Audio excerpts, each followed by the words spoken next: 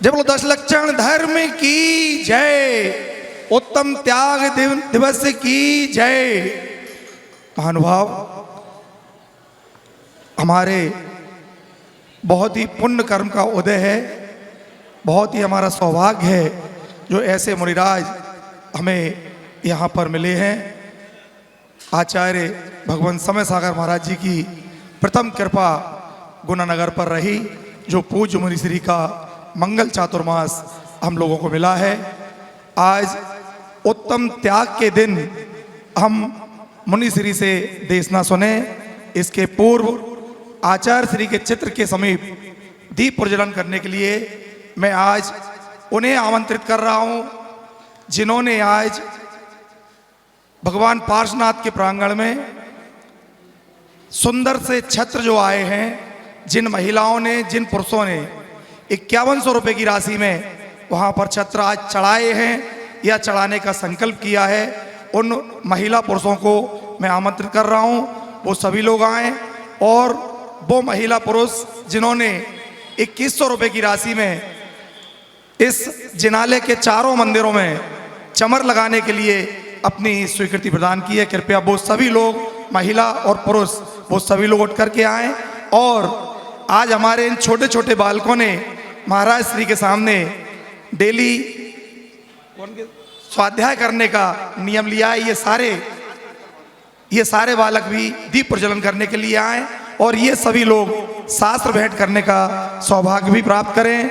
यहाँ पर जो भी महिला पुरुष बैठे हैं, आज उत्तम त्याग के दिन, उत्तम त्याग के दिन जो भी लोग 2100 रुपये की राशि में चमर मंदिर जी में लगाना चाहते हैं, कृपया वो महिला पुरुष उठ करके आएं और आज दीप प्रज्वलन कर शास्त्र बैठ कर अपने पुण्य की अनुमोदना करें।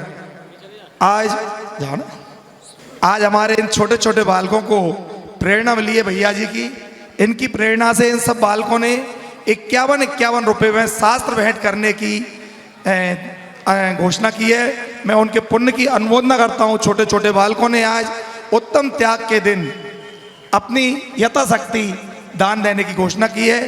कृपया यथाशक्ति सभी लोग आज उत्तम त्याग के दिन दान दे करके अपना पुण्य बढ़ावें। एकता ग्रुप महिला मंडल की ओर से भी आज शास्त्र भेंट करने के लिए ये बंद लिफाफा मेरे पास दिया गया है। कृपया एकता महिला मंडल की सभी ग्रुप की महिलाएं आएं और महाराज श्री को शास्त्र भेंट कर अपने पुण्य का अर्जन करें। सभी लोग आएं शास्त्र भेंट करने के लिए। श्रीमती मुन्नी दीदी यहाँ पर आ रही हैं, कृपया इनको शास्त्र भेंट करने के लिए ऊपर लेके जाएं। आज उत्तम त्याग का परम पावन दिन है और इस दिन किया हुआ दान सभी के लिए बहुत ही पुण्यार्जक होता है। आज उत्तम त्याग पर हम महाराज श्री से मंगल प्रवचन सुनेंगे। कृपया शीघ्रता से शास्त्र भेंट का कार्य पूरा करें ताकि अधिक से अधिक समय हम लोगों को मंगल देशना सुनने का मिल सके। आज उत्तम त्याग के दिन प्रवीण भाई मसाला चक्की की ओर से भी शास्त्र भेंट करने के भाव हुए हैं, कृपया पधारें। कृपया राशि सुभाष मैनेजर को जमा करा के वहाँ से रसीद प्राप्त करें। रुपए यहाँ पर बिल्कुल भी यहाँ ना देवें, रसीद कटने में दिक्कत होती है, इसलिए सुभाष के पास ही जमा कराएं। यहाँ पर जो राशि आप दे देते हैं उसकी व्यवस्थित रसीद कटवाने में हमको दिक्कत होती है। जिनकी भी राशि जिनको जमा करना है सुभाष मैनेजर के पास जमा करा के रसीद निश्चित प्राप्त करें। और इस उत्तम त्याग धर्म के दिन मैं मुनिश्री के चरण में वंदना करता हूँ। उपस्थित सभी महानुभावों की ओर से निवेदन करता हूँ, मुनिश्री आज उत्तम त्याग के दिन हमें उपदेश दे करके पुण्य अर्जन कराने की कृपा करें। पूज्य मुनिश्री के चरणों में नमोस्तु नमोस्तु नमोस्तु। बोलिए अनंतानंद सिद्ध परमेष्टि भगवान की, 24 तीर्थंकर भगवान के, चिंतामणि पार्श्वनाथ भगवान के, आचार्य प्रवर 108 गुरुवर विद्यासागर जी महामुनि महाराज के, आचार्य श्री 108 समय सागर जी महामुनि महाराज के, मुनि श्री निर्लोभ सागर निरुपम सागर जी महाराज के, उत्तम त्याग धर्म की,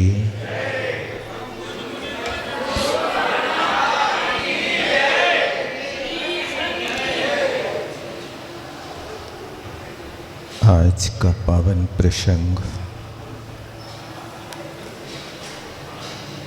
उत्तम त्याग धर्म।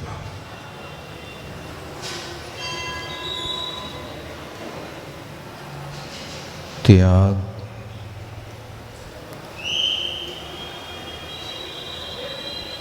तप के बाद में रखा है।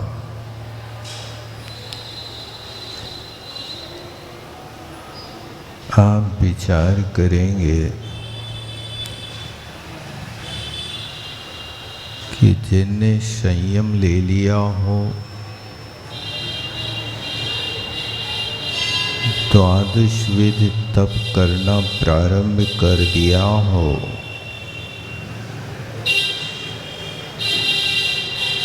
अब त्याग के लिए क्या बाकी रह जाता है?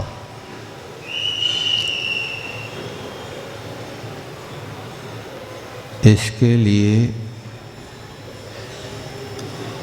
आचार्य कहते हैं, अब उस वस्तु का होना है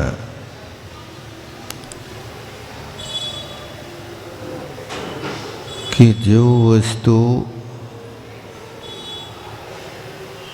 दो द्रव्यों के मिलने से एकत्व को प्राप्त हुई है, अर्थात आत्मा और कर्म अनादिकाल से एक अवस्था को प्राप्त हो रहे हैं।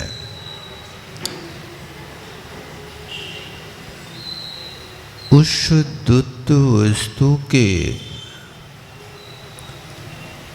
अब पृथक होने का जहाँ अवसर आता है, उसका नाम त्याग होता है। त्याग में और दान में बहुत अंतर है।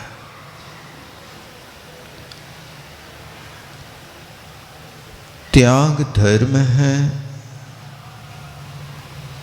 दान पुण्य है।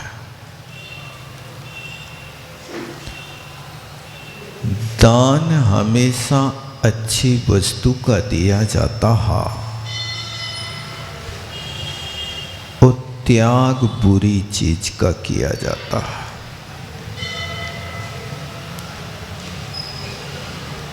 त्याग पापों का होता है,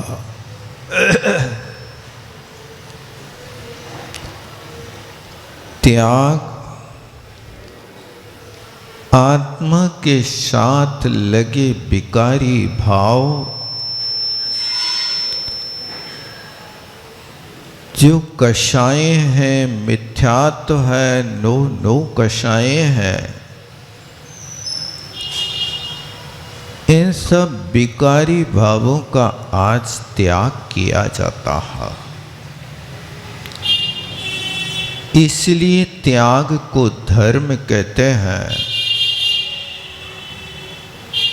और दान जो होता है वो हमेशा अच्छी वस्तु का होता है। दान में दो की जरूरत होती है, एक दाता की और एक पात्र की।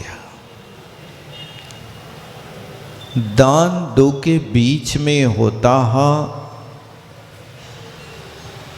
और त्याग मिली हुई दो वस्तु को पृथक्करण करने का होता है। जैसे दूध में पानी मिला दिया तो दूध में पानी मिलाना यानी दूध में पानी का दान कर दिया, ये दान हुआ। अब दूध में मिले हुए पानी को निकालना है, तो जो अभी दूध और पानी की एक में एक अवस्था हो रही थी, उस दूध में से पानी कैसे निकलेगा? दूध में पानी मिलाना तो सरल है, लेकिन दूध से पानी निकालने के लिए पुरुषार्थ गम होता है। वो पुरुषार्थ करो कि अब दूध के लिए अग्नि का ताप दो, और अग्नि का ताप देने पर पानी जो भाप बन करके निकल रहा है, वो दूध का त्याग करके पानी वाष्प के रूप में दूध को त्याग रहा है। इसी तरह योग और कसायों के माध्यम से आत्मा ने कर्मों का आदान किया, ग्रहण किया था। अब कल तप किया, अब तप के माध्यम से यहाँ पर आपने तपाया है। किसको तपाया है? दूध को तपाया कि तवेली को तपाया है? पहले कौन तपता है? तवेली तपती है, और फिर तवेली के बाद उसमें रखा हुआ दूध उसको ताप मिलता है, और फिर इतनी शक्ति में उसको ताप चाहिए कि जिसके माध्यम से दूध में मिला हुआ पानी वाष्प बन करके निकलने लगे। और जब सारा का सारा पानी दूध का त्याग कर देता है, तो दूध फिर दूध नहीं मावा बन जाता है। इसी तरह यहाँ पर भी आत्मा में जो पानी की तरह कर्म मिले हैं, उन कर्मों को कल तपाया था तप धर्म के माध्यम से, आज यहाँ पर त्याग किया जा रहा है। वो कल का तापमान बैठा हुआ, उसको त्याग नहीं करना, वो तो आचरण में लाना है। और आज त्याग होगा कि उसी तप के माध्यम से जो विशिष्ट ऊर्जा पैदा की, वो आज कर्म वाष्प बन करके निकल रहे हैं। वहाँ पर पानी से वाष्प बन करके निकलना, उसको वहाँ पर पानी का त्याग कहा जा रहा। इसी तरह यहाँ पर भी आत्मा में जो कर्म है वे तप के माध्यम से निकल रहे हैं, उनका नाम निर्जरा हो रहा है। आत्म तत्व के गुण प्रकट हो रहे हैं और विकारी भाव त्याग हो रहे हैं। इसलिए यहाँ त्याग धर्म को दो रूप में कहा जाता है, एक व्यवहार धर्म, एक निश्चय धर्म। दान को व्यवहार धर्म कहते हैं और त्याग को निश्चय धर्म कहते हैं। जो व्यवहार धर्म है उस व्यवहार धर्म को 4 दानों के रूप में कहा जाता है। और जो निश्चय धर्म है उसको आप लोगों ने पढ़ा होगा, निश्चय राग देश निर्वारय। और इसके पहले कहा था दान 4 प्रकार, 4 संग को दीजिए, धन बिजली और हार नरभव लाहो लीजिए। ये 4 प्रकार का जो दान है, ये 4 प्रकार के दान 4 प्रकार के पात्रों को दिया जाता है। और ध्यान रखना कि समय पर दिया हुआ दान बहुत कार्यकारी हुआ करता है। समय पर भूखे को रोटी देना, समय पर रोगी को दवा देना, समय पर निरक्षर को अक्षर ज्ञान देना, समय पर भयाक्रांत जीवों को अभय देना, ये 4 प्रकार का दान कहा जाता है। तो यहाँ पर वास्तव में ये दान होता है तो पहले उदारता की जरूरत होती है।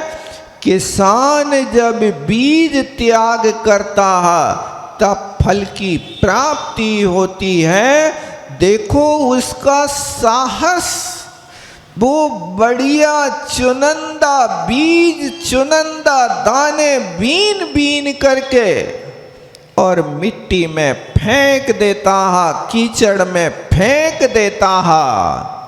ये पहले आपको दान करना होगा, पहले उसने अपने बीज का त्याग किया। उस बीज के त्याग करने पर ही तो अभी मिट्टी में मिलाया था।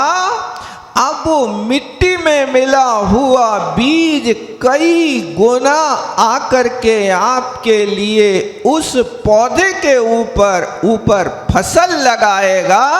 अभी तो मिट्टी में बोया था। इसी तरह यहाँ पर भी देखो, यहाँ दान कर रहे हैं। ये दान पहले करना, क्योंकि बीज पहले बोया जाता है तब जाकर के फल की प्राप्ति होती है। तो दान करो, दान दे मन हर्ष विषेक है, यह भो जस पर भो सुख देख है। ये अपन पढ़ते हैं कि दान देने वाला व्यक्ति इस भव में तो यश को प्राप्त होता ही है, लेकिन परभव में उसको सुख की प्राप्ति होती। यह भव जस पर भव सुख देख है, ऐसा उसका फल होता है। लेकिन दान देना तो दान किस प्रकार से दिया जाता है, दान देने की भी विधि हुआ करती है। आचार्य महाराज उमा स्वामी ने तत्वार सूत्र के 7वें अध्याय में कल आपने सुना होगा, विधि द्रव्य दात्री पात्र विशेषा तद विशेषा। विधि पूर्वक दान देना, कोई भी दान देते हैं उसकी विधि होना आवश्यक है। क्योंकि दान देते समय यदि विधि नहीं होती है तो बिना विधि के दान कोई कार्यकारी नहीं हुआ करता है। वैसे देखा जाए तो आहार दान देते हैं तो आहार दान देने की विधि का अर्थ है नौधा भक्ति पूर्वक आहार देना। ये नौधा भक्ति पूर्वक दान देने का नाम विधि विशेष हुआ करता है। 9 प्रकार की भक्तियाँ होती हैं। जब साधु के लिए इन 9 प्रकार की भक्तियों का समागम हो जाता है तब कहीं जाकर के उनकी विधि बनती है। जैसे आप लोग कहते हैं कि पड़गाहन करने के बाद भी महाराज नहीं आए, यानी क्या कह दिया, विधि नहीं मिली। विधि नहीं मिली का अभिप्राय है कि 9 प्रकार की भक्तियों में कोई भक्ति की कमी रह गई।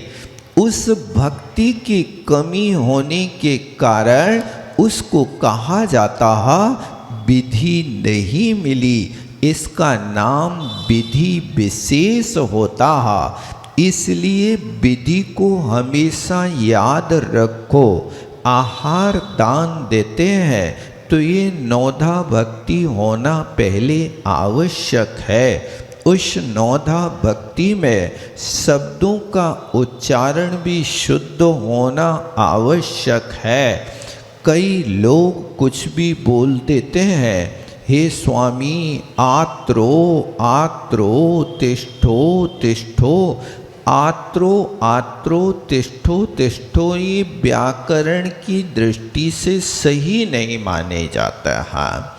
यहाँ पर जब संबोधन होता है, किसी को बुलाया जाता है, तो बुलाने में हमेशा संबोधन विभक्ति का ही प्रयोग किया जाता है। जब किसी को दूर से बुलाते हैं तो उसमें संबोधन माने हे स्वामिन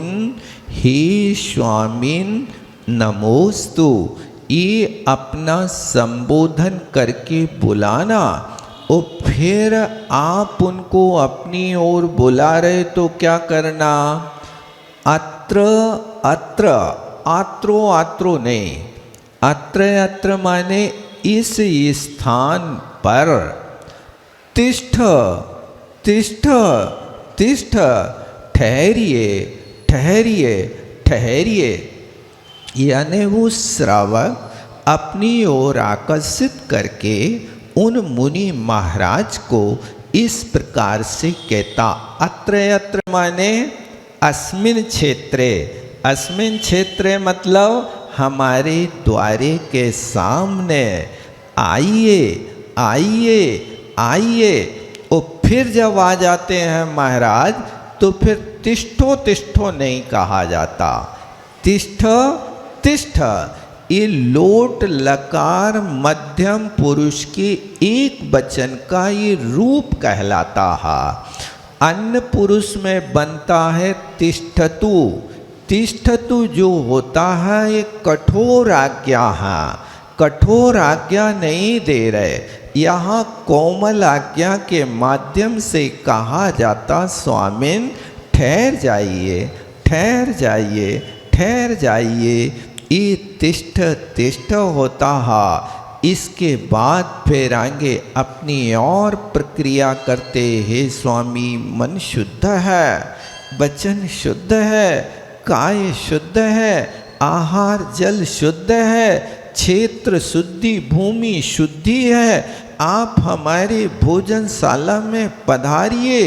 ये अभी पड़गाहन की एक विधि हुई, ये अभी 9 भक्तियाँ नहीं हुई, ये अभी एक भक्ति हुई।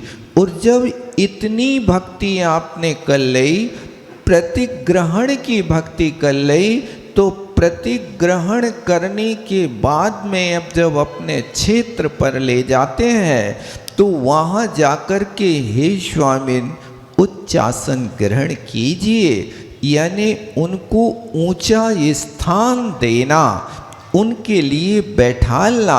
ये अब दूसरी भक्ति हो गई।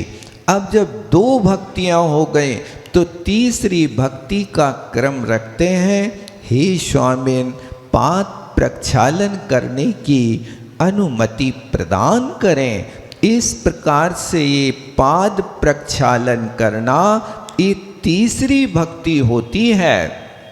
और पाद प्रक्षालन के बाद फिर अर्चा की जाती है, अपने भावों को संयोग आ जाता है, हे भगवान मैं लाया हूँ गंगा का पानी, लेकिन मुझे गंगा का पानी और उससे ज़्यादा पवित्र तो मुझे मुनि का मन लगा, इसलिए मैं ये पवित्र 2 बूंद 3 बूंद पानी आपके सामने समर्पित कर रहा हूँ। लेकिन ये पानी इतना पवित्र है जितना पवित्र मुनि महाराज का मन होता। मुनि मन सम युज्वल नीर। हे परमात्मा, ऐसा पवित्र पानी, भावों का जल, वो 3 बूंद दे करके कामना करता है मेरा जन्म जरा मृत्यु का रोग नाश हो जाए। इसलिए मैं आपके चरणों में जल समर्पित कर रहा हूँ। इसी भावों को लेकर के अष्ट द्रव्य समर्पित करता है। और फिर इसके बाद में जब अष्ट द्रव्य समर्पित हो जाती है तो एक भक्ति आती है, नमस्कार की क्रिया। अच्छे से बैठ करके पंचांग नमस्कार करना। ये आपकी कितनी भक्तियां हो गई अभी? 9 भक्तियों में से अभी आपकी 5 भक्तियां हुई। अब शेष भक्ति है कि मन शुद्धि, वचन शुद्धि, काय शुद्धि। मैं जो कह रहा हूँ वो बिल्कुल शुद्ध है, मेरा मन पवित्र है। हे परमात्मा, मैं आपकी प्रतीक्षा में था, कब से प्रतीक्षा में था, आज मेरा अहोभाग्य है। वो अंदर से भक्ति से इतना प्रेरित हो जाता है कि उस भक्ति में उसका हृदय गदगद हो जाता है, कांपने लगता है। कई लोग महाराज से नहीं डर रहे, कई लोग तो भक्ति में ऐसे विभोर हो गए कि वे भक्ति में विभोर हो करके अपना हृदय कांपने लगा।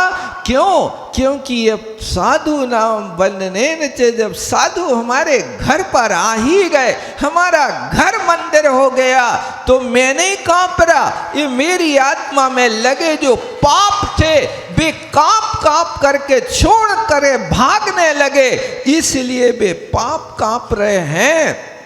क्योंकि साधु नाम बनने से ना चिरम तिष्ठति पापम। जैसे ही साधु का समागम होता है वैसे पाप चिरकाल तक नहीं ठहर सकते हैं। कैसे नहीं ठहर सकते हैं? उनने दृष्टांत दिया, जैसे अंजलि में रखा पानी क्षण क्षण में छीन हो जाता है, एक बूंद गल गल करके नीचे गिर जाता है। इसी तरह साधु के निकट आते ही उस श्रावक के सारे पाप छीन हो जाते हैं। वो उसके अंदर कंपन हो रही, वो उसके अंदर भय। पूछे क्यों कांप रहे हो?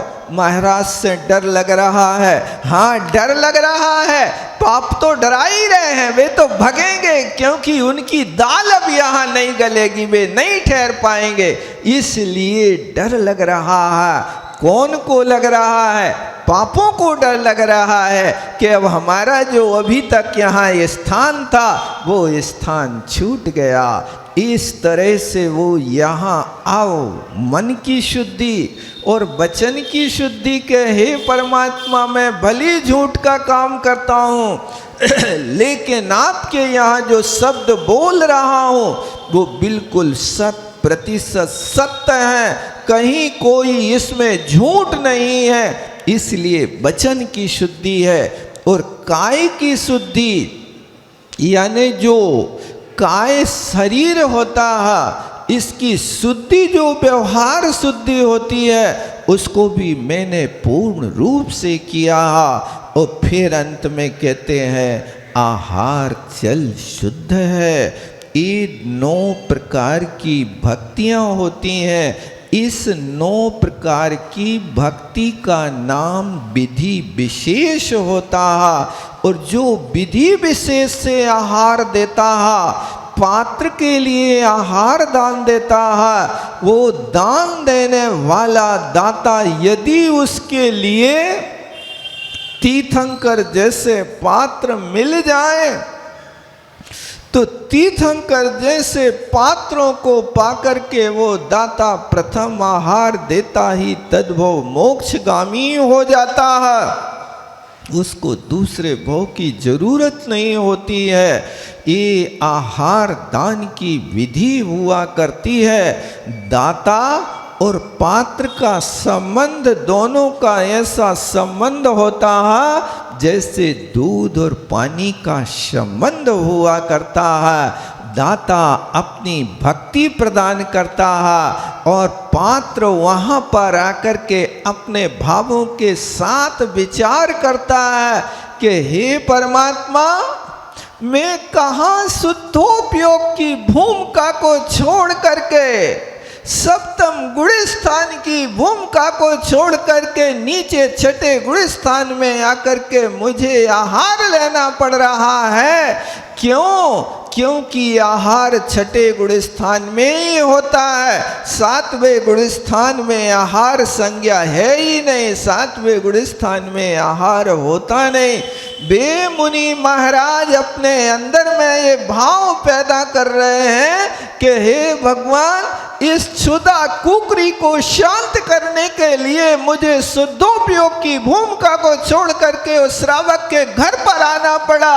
और देखो तो मैं कैसा काम कर रहा हूं। पंच परमेष्टि का रूप होने के बाद भी एक छोटे श्रावक के सामने मैं यहाँ हाथ फैला करके खड़ा हूं।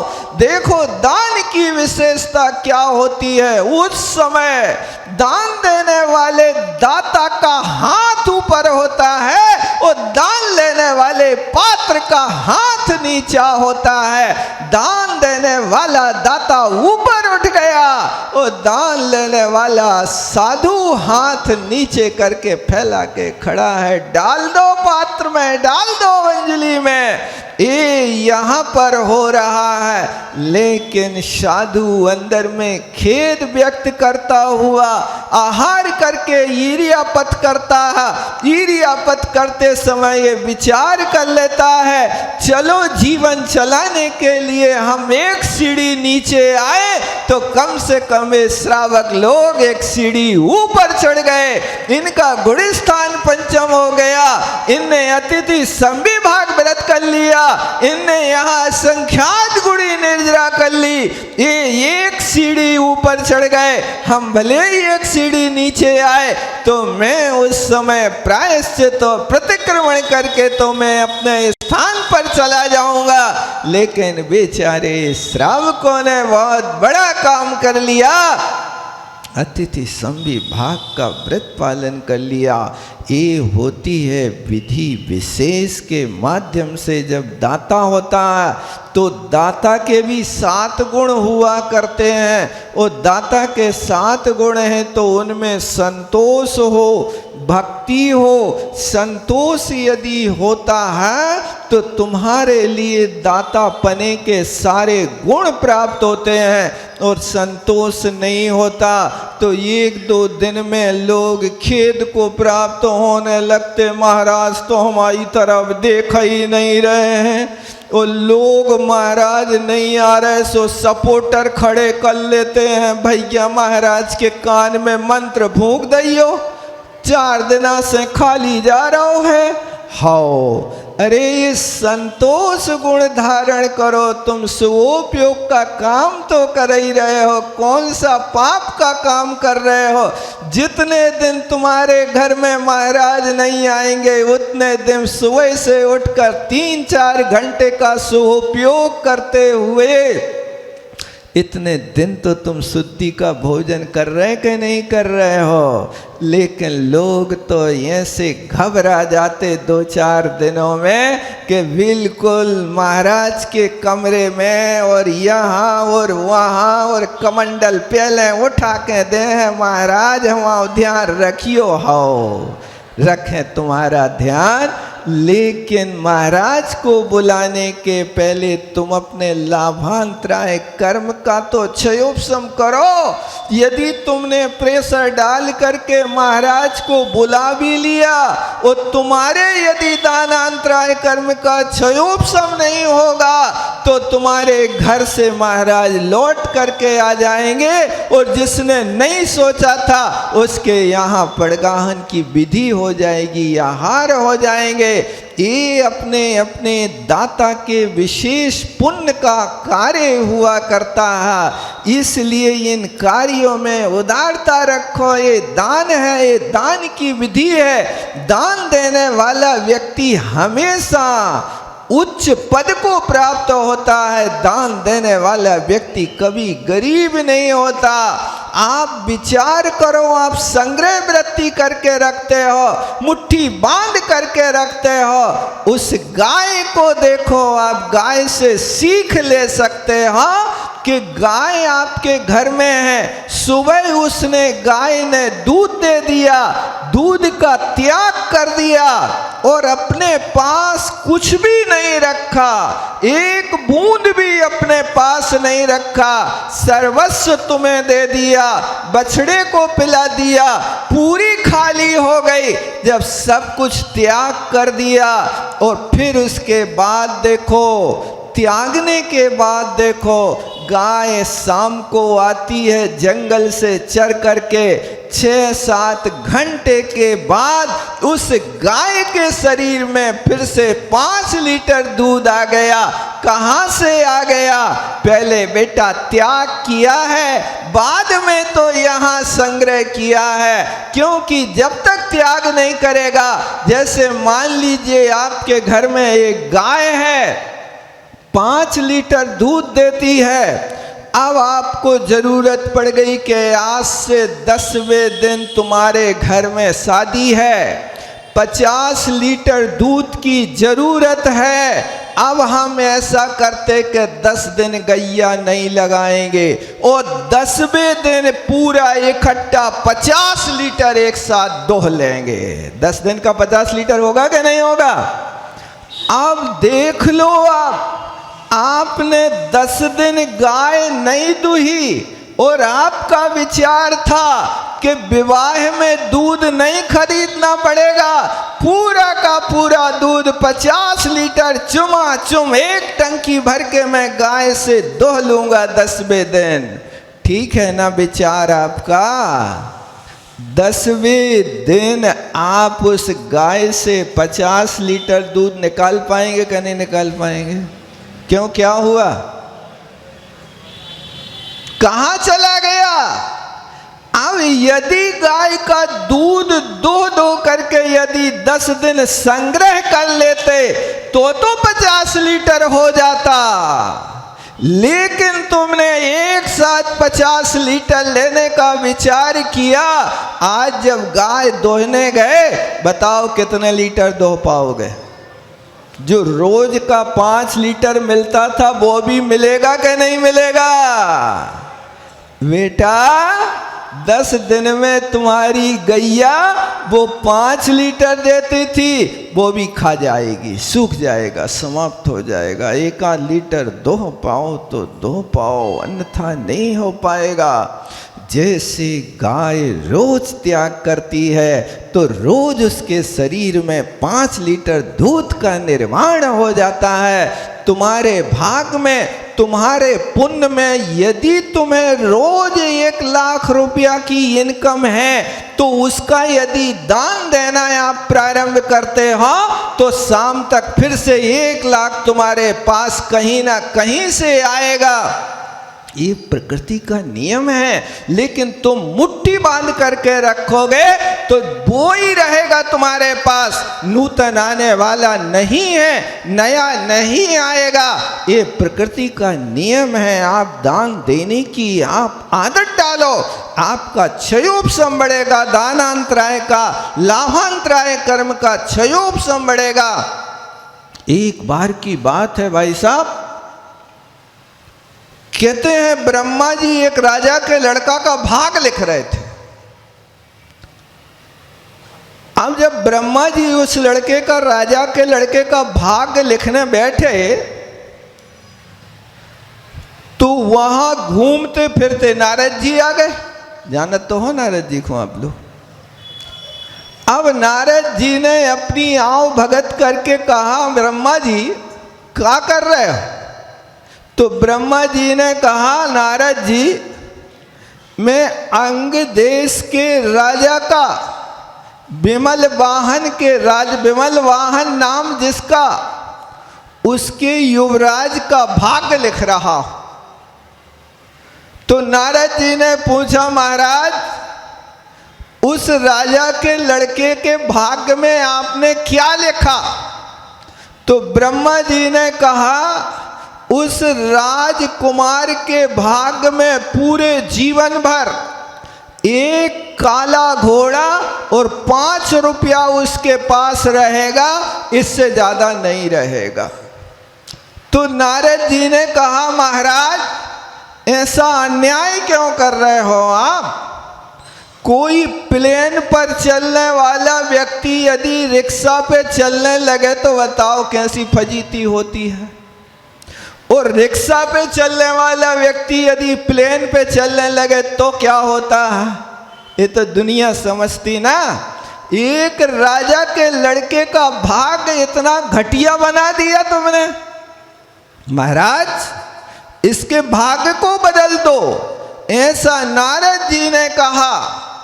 लेकिन ब्रह्मा जी ने तो कहा, राई कुछ घट सके न तिल बढ़ने का, लिख दिया विधाता लेख नहीं मिटने का। ये लेख तो पत्थर की लकीर है, अब मिटने वाला नहीं है। ब्रह्मा जी माने नहीं नारद जी की बात, लेकिन नारद जी तो चैलेंज करके जाने लगे, महाराज, आज नहीं तो कल तो तुम्हें उसका भाग्य बदलना पड़ेगा। अब देखेंगे, अभी तो लिख गया। और भाग्य की चीज यहां पर जो राजा था, उस राजा को यहां काल ने अपने गाल में समेट लिया। कुछ समय के बाद राजा की मृत्यु हो गई, और राजा की मृत्यु होने के बाद में यहां तक 13 नहीं हो पाई। 13 कहते ना, 13वां, और क्या बोलते हैं आप लोग? गुनाहगार है, 13 ही बोलते हैं ना। 13 हुई, और जो जिसके भाग्य का होता है वो उसके भाग्य का उसके साथ चला जाता। तुम कभी भी किसी के भाग्य का द्रव्य अपने पास प्रयोग नहीं कर सकते हो। कभी भी आप दूसरे के यदि पैसे आप छीन लेते हो, दूसरे के भाग्य को, तो वो पैसा तुम्हारे पास टिक नहीं सकता। जो लोग व्यापार में इस प्रकार का काम कर लेते हैं, घटिया बढ़िया सामान लेते हैं, 100 के 200 कर लेते हैं, अन्याय पूर्वक धन उपार्जन कर लेते हैं।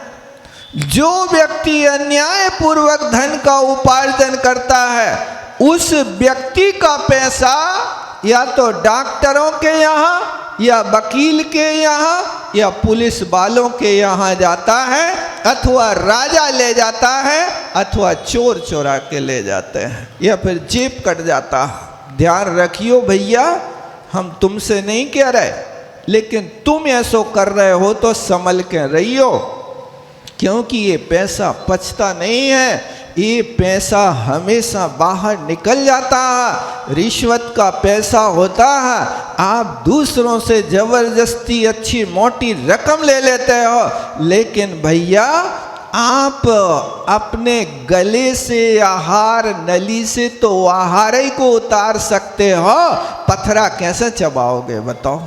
परद्रव्येषु लोष्टवत्, इस परद्रव्य को आगम में पत्थर कहा है, और उस पत्थर को तुम पचाना चाह रहे हो, ये कभी भूतो न भविष्यति।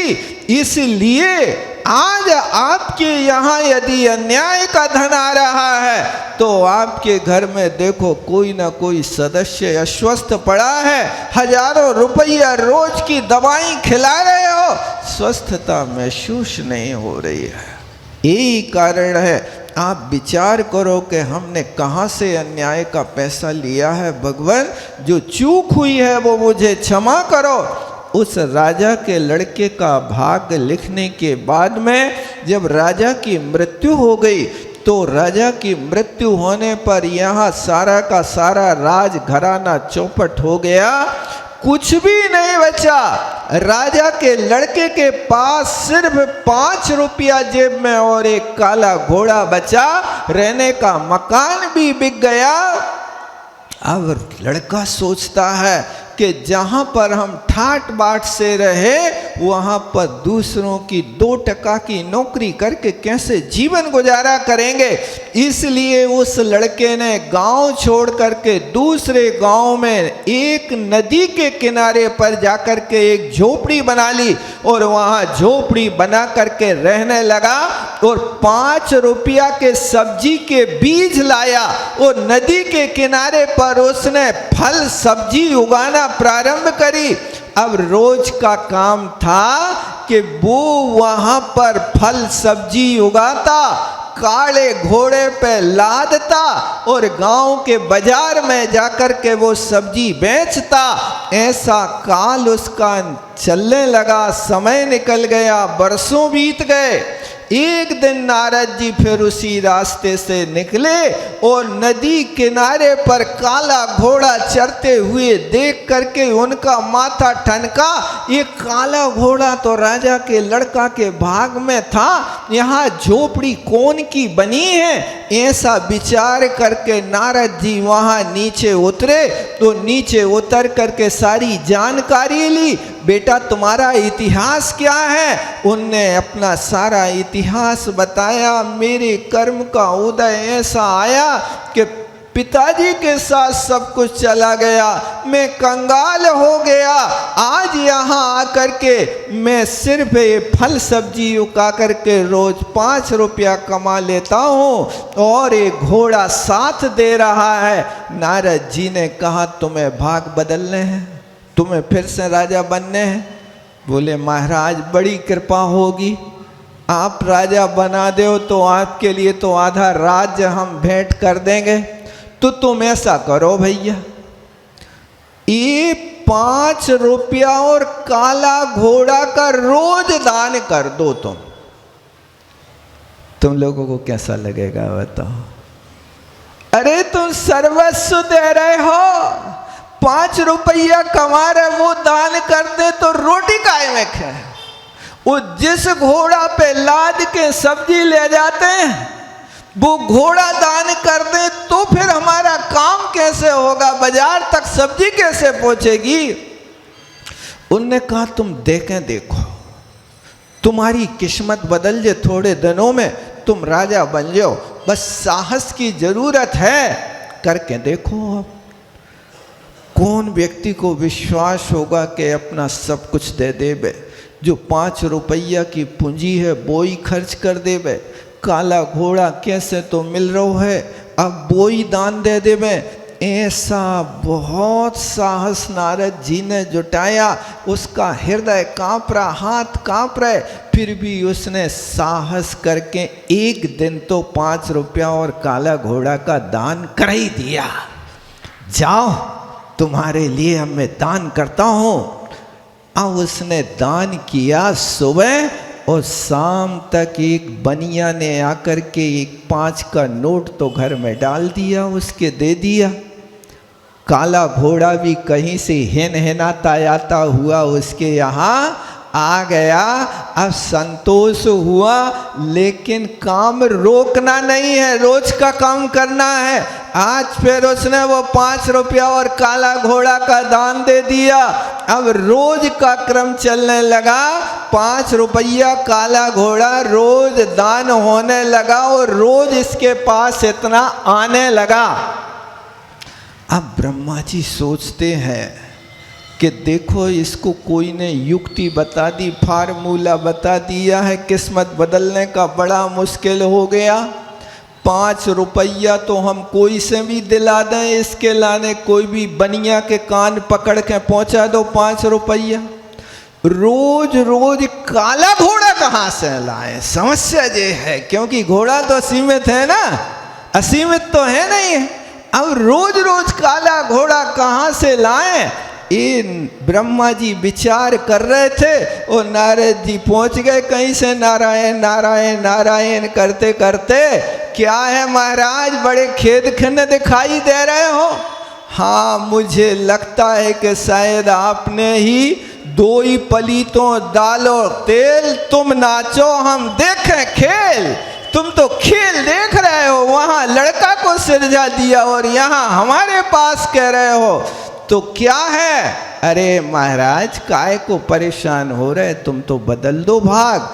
और ब्रह्मा जी ने उनकी वहाँ फाइल निकाली और उनका भाग बदल दिया, फिर से राजा बना दिया। तुम्हें राजा बनना है कि नहीं?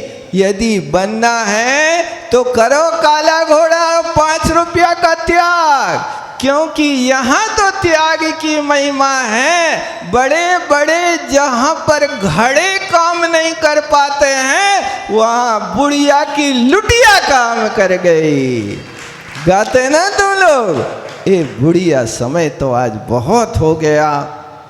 त्याग धर्म की बात है, बस इतना ध्यान रखना, मन में नौधा भक्ति लेकर जो जो दान करेगा, ऊपर वाला तेरा खजाना रातों रात भरेगा। बस मन में नौधा भक्ति लेकर के यदि इस प्रकार की उदारता के साथ कार्य होता है तो दान देने वाला व्यक्ति कभी गरीब नहीं होता है। इसी भावना के साथ विराम लेता हूँ। बोलो आचार्य गुरु और विद्यासागर जी महामुनि महाराज की। महानुभाव, आज मुनिश्री के काला घोड़ा और 5 रुपए का दान का उदाहरण सुन के अब कुछ सुनना शेष नहीं है। आज उत्तम त्याग के दिन सिर्फ बड़े मंदिर पर जो 10 वेदियों के ऊपर योजना है, 600 चमर बड़े मंदिर जी पर 10 वेदियों पर चढ़ाना है।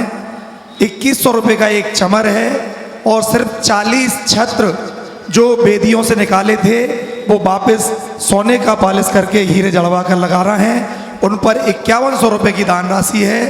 कृपया अपना अपना काला घोड़ा और 5 रुपया शीघ्र आज ही दान करें और सुभाष के पास रसीद कटवाएं और कल से काला घोड़ा 5 रुपया और पूरा राज्य प्राप्त हो जाएगा, ऐसा आशीर्वाद महाराज जी ने दिया है।